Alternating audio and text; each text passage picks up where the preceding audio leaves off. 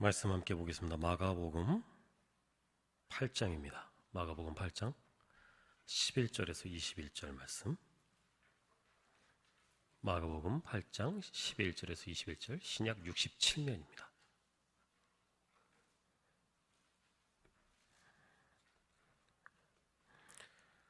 (8절부터) 한 절씩, 11절부터 한 절씩 교독하겠습니다. 바리사인들이 나와서 예수를 힐난하며 그를 시험하여 하늘로부터 오는 표적을 구하거늘 예수께서 마음으로 깊이 탄식하시며 이르시되 어찌하여 이 세대가 표적을 구하느냐. 내가 진실로 너에게 이르노니 이 세대에 표적을 주지 아니하리라 하시고 그들을 떠나 다시 배에 올라 건너편으로 가시니라. 제 아들이 떡 가져오기를 줬음에 배에 떡 한 개밖에 그들에게 없더라.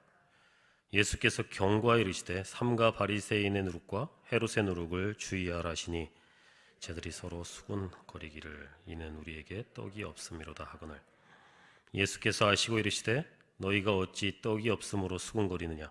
아직도 알지 못하며 깨닫지 못하느냐. 너희 마음이 둔하냐. 너희가 눈이 있어도 보지 못하며 귀가 있어도 듣지 못하느냐. 또 기억하지 못하느냐. 내가 떡 5개를 5,000명에게 떼어줄 때에 조각 몇 바구니를 거두었느냐. 이르되 12이니이다.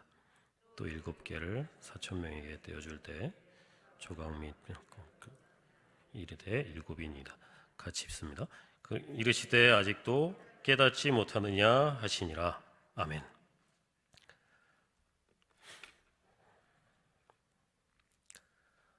학창 시절에 공부를 열심히 하셨는지 잘 모르겠습니다. 아마 특별히 어려웠던 과목들이 1개, 2개 정도는 있지 않았을까 하는 생각을 합니다.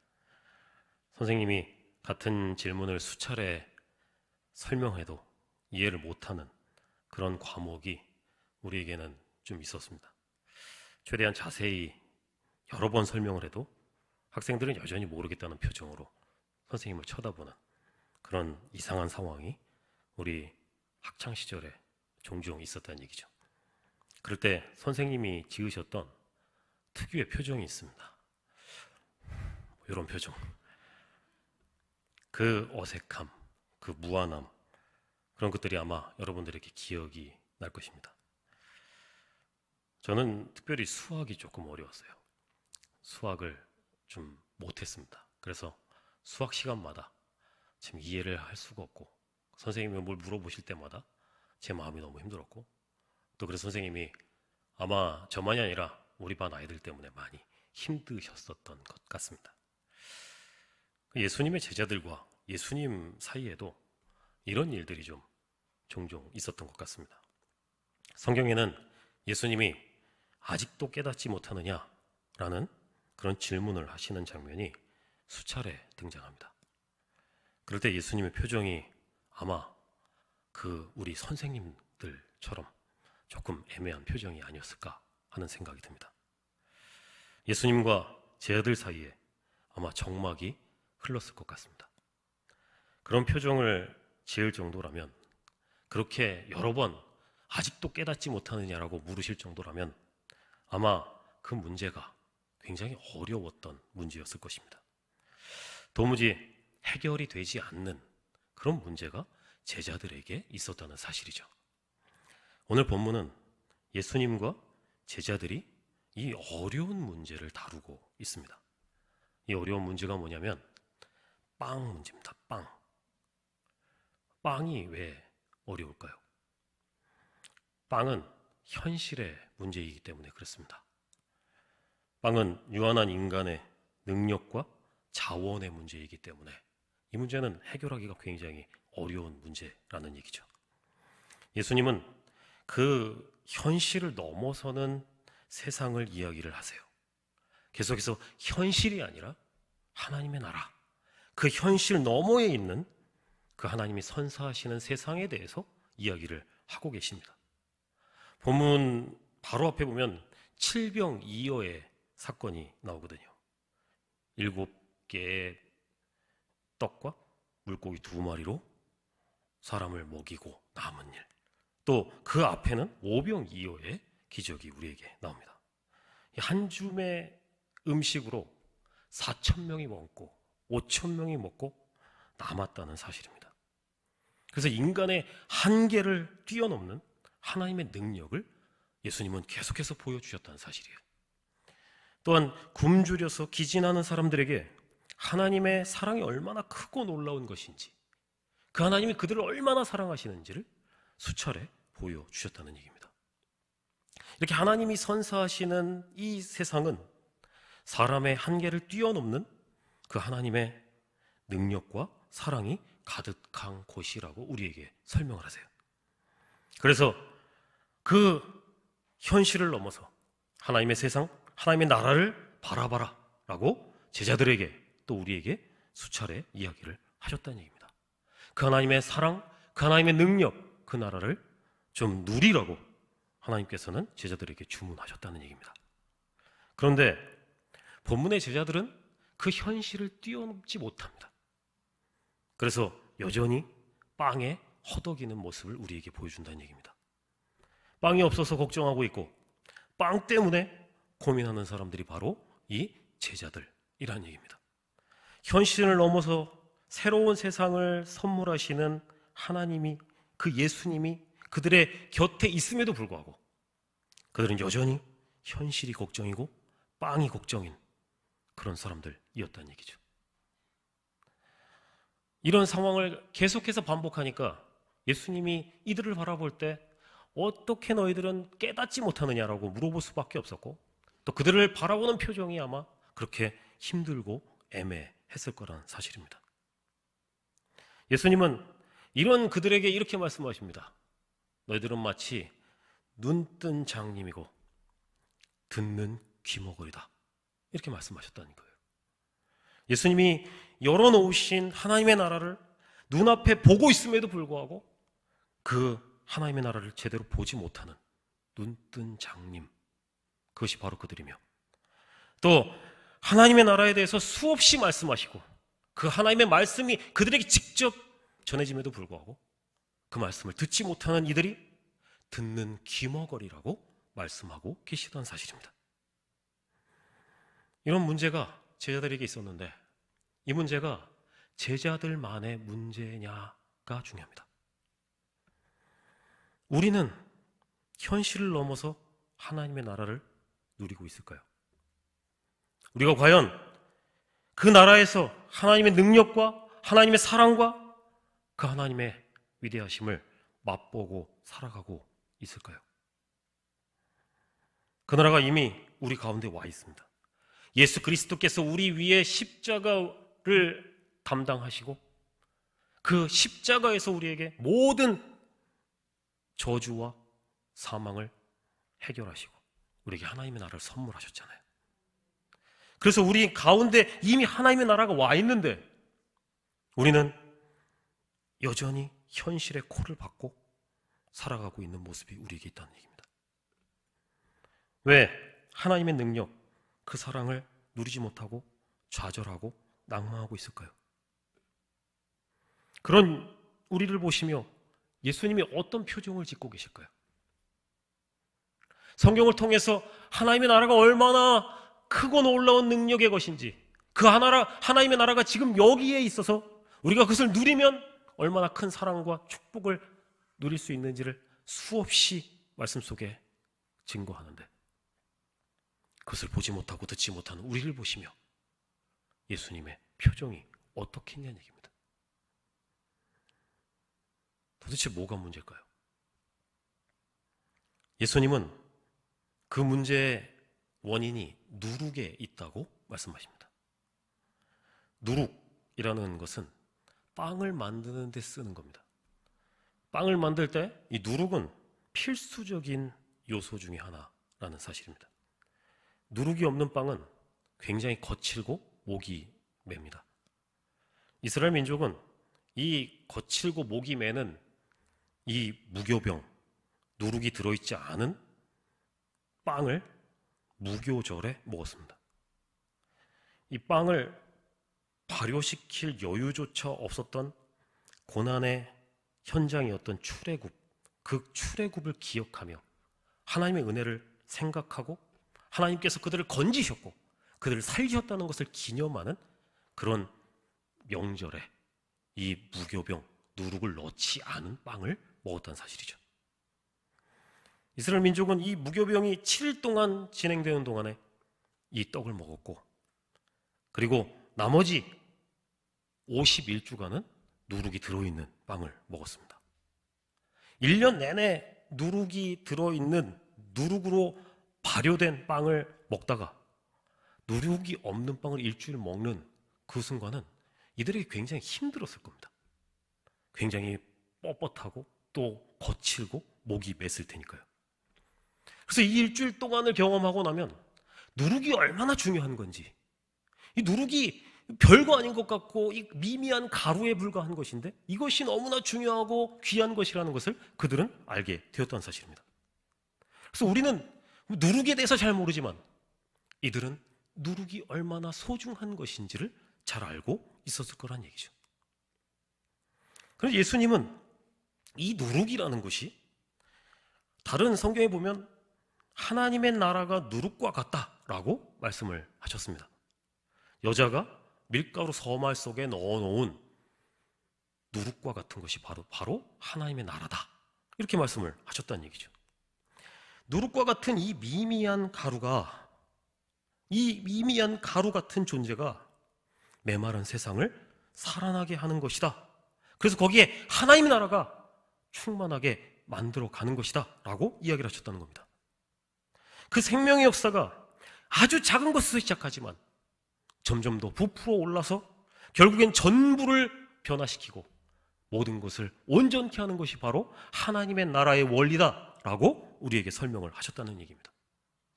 그런 누룩 같은 파급력을 가진 그리스도인이 되어야 하며 그런 큰 파급력이 있는 멋진 그리스도인으로 살아가라 라고 우리에게 주문하신다는 얘기입니다. 그래서 개인의 삶을 넘어서 세상 전부를 변화시키는 파급력 있는 그런 그리스도인이 되어야 한다고 말씀했다는 얘기죠. 그런데 본문은 그 파급력은 여전히 있으나 목적과 방향이 문제가 있는 나쁜 누룩도 있다고 말씀하십니다. 그 나쁜 누룩이 뭐냐? 바리새인의 누룩과 헤롯의 누룩입니다. 좋은 누룩이 이렇게 퍼져나가면 제가 말씀드린 대로 하나님의 나라가 점점 커지고 부풀어 오르고 점점 하나님의 나라가 세워져 갑니다. 그런데 바리새인과 헤롯의 누룩은 이것이 들불처럼 퍼져나가서 하나님의 나라를 망치게 된다고 말씀하고 있다는 얘기입니다. 악한 무언가가 그 누룩 속에 들어있어서, 그래서 그 누룩 때문에 삶을 송두리째 썩게 만들고 망가뜨리는 것, 그것이 바로 헤롯과 바리새인의 누룩이라고 우리에게 설명하고 있다는 얘기죠. 그러면 도대체 바리새인의 누룩과 헤롯의 누룩이 도대체 뭘까요? 바리새인의 누룩부터 먼저 생각을 해보겠습니다. 바리새인들은 무엇을 번지게 했을까? 바리새파라는 이 조직은 암흑기, 구약과 신약 사이에 태동한 그런 경건주의 운동입니다. 헬라화되고 있는 유대교를 막기 위해서, 그래서 생겨난 경건한 사람들의 모임이 바로 이 바리새파라는 얘기예요. 그래서 그 이름의 기원이 경건한 사람들이란 뜻입니다. 우리는 바리새인에 대해서 좀 안 좋게 들었기 때문에 바리새인이 나쁜 사람들인 것처럼 그냥 선입견이 있지만 사실 처음은 굉장히 경건한 사람들로 시작했다는 얘기죠. 그래서 제가 이 사실을 예전에 알고 전화번호를 바꿀 때 전화번호의 뒷번호를 8231로 바꿨습니다. 그래서 제 전화번호가 바리새인입니다. 경건해지려고. 이렇게 본래 좋은 의도를 가지고 시작된 집단이 바로 이 바리새인이라는 얘기입니다. 그런데 시간이 지나면서 점점 변질되기 시작했습니다. 율법을 연구하다 보니까 율법에 대한 자부심이 자꾸 생겨요, 이들에게. 그리고 그런 자부심은 결국에 자기들만이 율법을 해석할 수 있다는 그런 이상한 생각을 만들어냈습니다. 그래서 그 율법을 가지고 자꾸 벽을 쌓아요. 그리고 그 누구도 그 벽을 넘어오지 못하게 하는 그런 일을 하게 됐다는 얘기입니다. 그래서 이들의 별명이 뭐였냐면 벽을 두르는 사람들이라는 별명을 가지고 있었어요. 나중에는 이들에게 권위주의만 남고 하나님 그리고 경건은 남지 않았다는 사실입니다. 예수님은 이들을 향해서 뭐라고 얘기하냐면 외식하는 자들이다 이렇게 말씀하셨어요. 외식하는 자라는 말은 배우처럼 행동하는 사람이란 뜻입니다. 연기하는 사람이다 이런 뜻이에요. 그래서 겉모양으로는 율법을 가지고 벽을 두른 것처럼 아주 철옹성을 유지하고 있지만 그 속은 거짓과 교만으로 썩어가는 그런 사람들이 바로 이 바리새인이라고 예수님이 지적하셨다는 얘기입니다. 율법을 들고 그 율법을 지키고 살아가지만 믿음은 없고 하나님은 알지 못하고 아주 악해져 가고 있는 사람들이 바로 이들이었다는 얘기입니다. 그래서 그들이 꿈꾸는 나라는 종교 행위를 위장한 자신들의 욕심이 충족되는 곳이었어요. 그들의 종교 행위는 수단뿐이었고 본질이 아니었다는 사실입니다. 그들의 본질은 무엇이었냐? 자신의 탐욕, 권세의 독점, 그런 것이 바로 이들의 꿈이었고 이들이 세우려는 나라였다는 사실이에요. 그래서 그들은 다른 사람들을 무시하고 자신들만이 위대하며 자신들만이 율법의 수호자라고 얘기했고 다른 사람들을 무시하고 다른 사람을 업신여기며 자신들의 권위를 높였다는 사실이에요. 이것이 그들이 꿈꾸는 것이었고 그 탐욕과 그 권세의 독점이 그들의 목적이었다는 얘기입니다. 그런데 이러한 악한 누룩과 같은 일들이 지금 제자들에게 퍼져가고 있다고 말씀하고 있는 거예요. 그들이 지금 뭘 하고 있냐면 내가 높아지겠다. 내가 예수님이 다시 오시는 날에 이 십자가에 오르시는 날에 내가 오른편에 서겠다. 내가 왼편에 서겠다. 자기의 높아짐을 구하며 자기의 권세를 구하는 욕심을 내세우는 그런 사람들이 되었다는 사실이죠. 그래서 그들이 이러한 바리새인의 누룩 때문에 하나님의 나라를 망치고 있고 방해하고 있다고 예수님은 말씀하고 계시는 것입니다. 우리에게 이런 탐욕이 있지 않습니까? 종교 행위를 통해서 하나님으로부터 얻어내려고 하는 무언가가 우리에게는 없습니까? 우리는 누룩처럼 삶을 능력과 사랑으로 부풀게 하는 하나님의 나라보다는 내가 원하는 일, 내가 바라는 일, 그래서 안고가 있는 빵을 더 원하는 우리가 아니냐는 얘기입니다. 누룩이 없어서 거친 빵이라도 좋다. 그 안에 내가 원하는 안고만 들었으면 된다. 이렇게 생각하는 우리의 모습이 아니냐는 얘기입니다. 욕심으로 가득하고 탐욕으로 가득하고 내가 원하는 것들을 얻어야 하나님이 필요한 그런 존재가 우리가 아니냔 말입니다. 우린 뭘 원하고 있습니까? 하나님의 나라의 풍성함을 원하고 있습니까? 아니면 우리의 탐욕을 채우는 일을 원하고 있습니까? 지금은 중학교에 다니는 딸이 어릴 적에 좋아했던 만화 영화 중에 안녕 자두야라는 만화 영화가 있습니다. 거기에 하루는 자두 가족이 뷔페를 갔어요. 갔는데 거기서 이제 가족이 고기를 이만큼 쌓아놓고 먹기 시작합니다. 근데 그 엄마가 이렇게 얘기해요. 고기 위주로 먹어라. 그래서 평소에 다른 건 먹을 수 있으니까 고기 위주로 먹으라고 얘기해요. 그래서 고기를 막 먹습니다. 그러다가 배가 부르면 여자들은 저 구석에서 줄넘기를 막 하고 남자들은 막 뛰어다녀요. 그리고 또 막 먹습니다. 그러다가 또 배가 부르면 어딜 가냐 화장실을 갔다 와요. 그리고 계속 먹습니다. 몇 시간째 먹고 있는데 그 자두 가족에게 갑자기 사장님이 와가지고 고기 한 박스를 탁 주더니 다음부터는 오지 말라고 쫓아냅니다. 우리의 탐욕이 그렇습니다. 우리의 탐욕이. 이미 하나님께서는 우리에게 필요한 것을 다 주셨어요. 그런데 우리는 여전히 배가 고픕니다. 채워도 끝이 없는 탐욕으로 우리의 마음속에 그 누룩이 퍼져 있어서 도무지 하나님의 나라는 보이지 않으며 우리가 만들어가는 세상, 우리가 꿈꾸는 세상만 우리의 가슴 속에 가득하다는 사실입니다. 만약에 그런 바리새인의 누룩이 있다면 당장 내다 버려야 하는 줄로 믿습니다. 바리새인의 누룩, 이거 굉장히 해결하기 어렵습니다. 우린 처음부터 욕심쟁이였고 지금도 욕심쟁이고 내일도 욕심쟁이일 것이기 때문에 그렇습니다. 이것도 해결하기가 어려운데 헤롯의 누룩도 만만치 않습니다. 헤롯의 누룩은 뭘까요?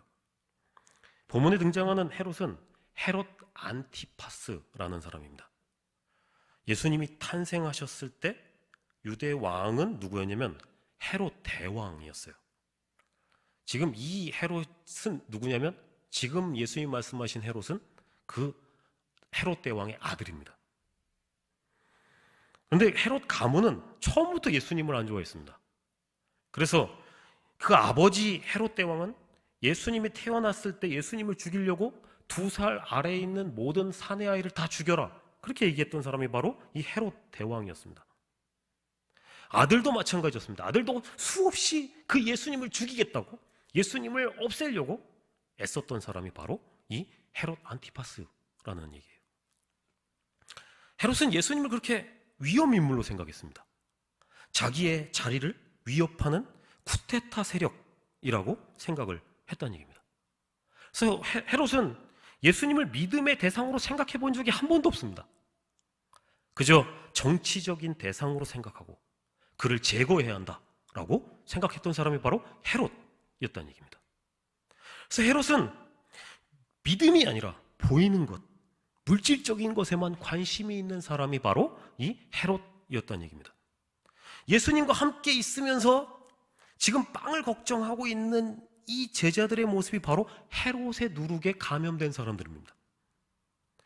헤롯의 누룩이 퍼져서 믿음이 아니라 물질에, 먹는 것에 관심이 쏠려 있는 사람, 그런 사람이 바로 이 제자들이라고 예수님께서 말씀하고 계시다는 얘기예요.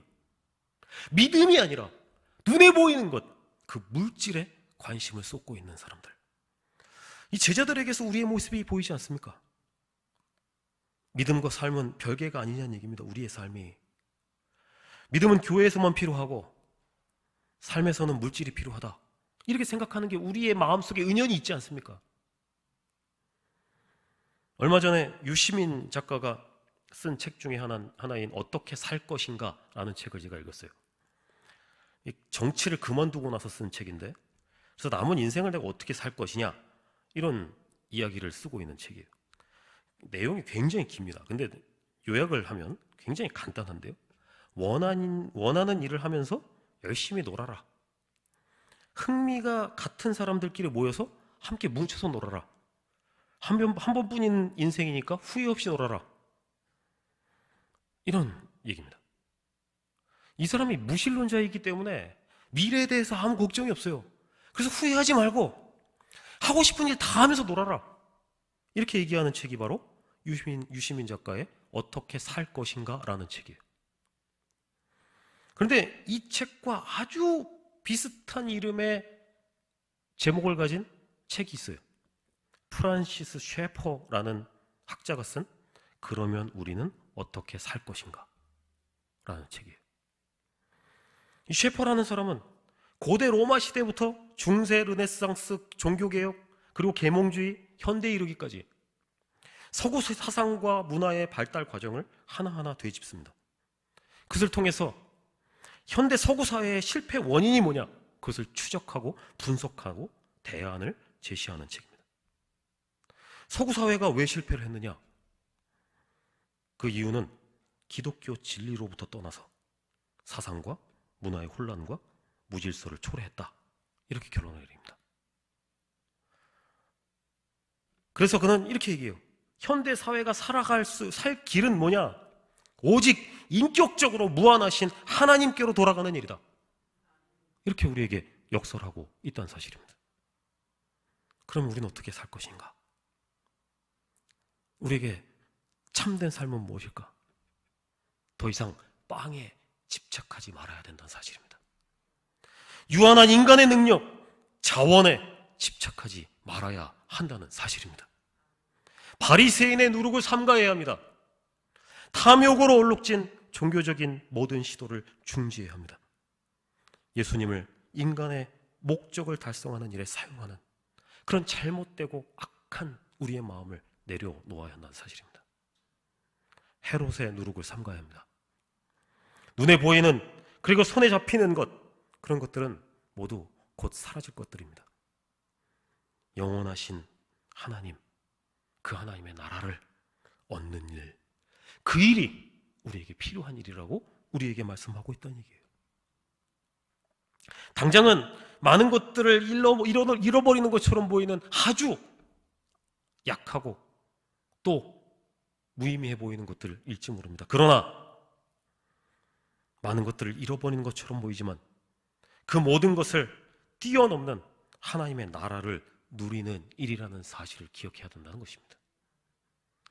예수님은 누룩 같은 미미한 존재인 우리를 통해서 하나님 나라가 더 부풀어 오르기를 기대하고 계십니다. 우리 같은 연약한 사람들을 보내셔서 우리 같은 연약한 사람들을 통해서 하나님의 나라가 날마다 부풀어 오르고 더 커지고 더 온전해지는 날을 주님께서 꿈꾸고 계시다는 사실입니다. 그래서 우리가 누룩처럼 번져가기를 원하시고, 그래서 우리가 있는 곳마다 놀라운 생명의 역사가, 하나님의 위대하신 나라가 날마다 더욱더 세워져 가기를 바라고 계신 줄로 믿습니다. 여러분의 책무가 굉장히 막중합니다. 누룩처럼 번져가야 하는 줄로 믿습니다. 그 하나님의 나라가 여러분들을 통해서 번져가야 하는 줄로 믿습니다. 이 한 주간 또 남겨진 삶을 살아가시면서 내가 과연 누룩처럼 살아가고 있는가? 아니면 헤롯의 누룩에, 바리새인의 누룩에 지금 감염되어 전염되어 있진 않은가? 스스로를 점검해 보시고 날마다 믿음으로 살아내는 귀한 믿음의 종들 되시기를 주님의 이름으로 소망합니다.